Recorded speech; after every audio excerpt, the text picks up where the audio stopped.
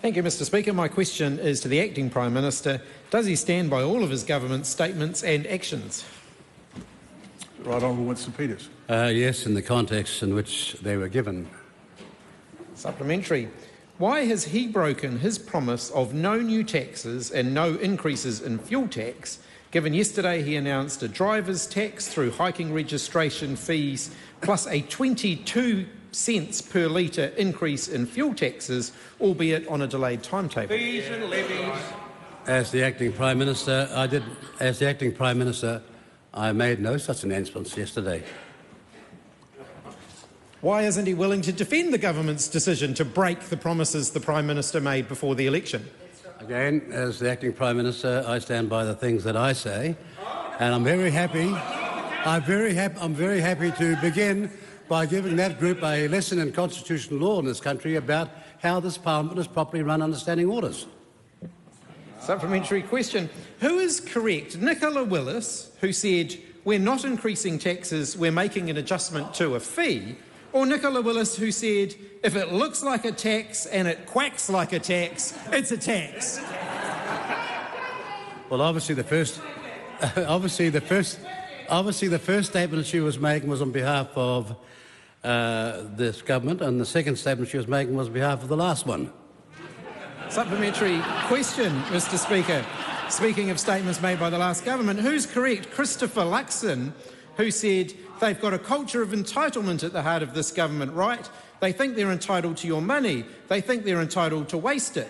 Or Christopher Luxon, who said, "I'm entitled to the entitlements that everybody else has at the moment." The first statement that he was making was on his behalf, but I do support that statement. And on the second one, he was pointing to what happens when you have 30 years of managerial neglect when it comes to governmental properties, much of which is responsibility of that government over there, that sees millions and millions of dollars of assets wasted because of ideology, and I can recite all the circumstances of that, which have now cost the taxpayers so much more money in looking after ministers. But it began with the ideology of a man called Roger Douglas. Supplementary question, Mr Speaker. What is the total cost of retrospectively restoring mortgage interest deductibility for rental properties, and how many school lunches would that pay for? First of all, that will be itemised with particularity by the Minister of Finance. And on the second question, of course, we have always been supportive of the program of school lunches, but we have to evaluate, which that government sought, a report on to see whether it was money being well spent. And in July of 2023, they received a very damning report from Treasury saying the converse. Supplementary question. Which best sums up his government's priorities? Tax breaks for landlords at the expense of kids' school lunches, attacking beneficiary entitlements whilst claiming a $1,000 a week housing allowance he doesn't need, or abolishing an initiative to improve Māori health outcomes the same week his government passed a law change that will increase smoking? First of all, deal with the last one. The last statement is demonstrably untrue. The law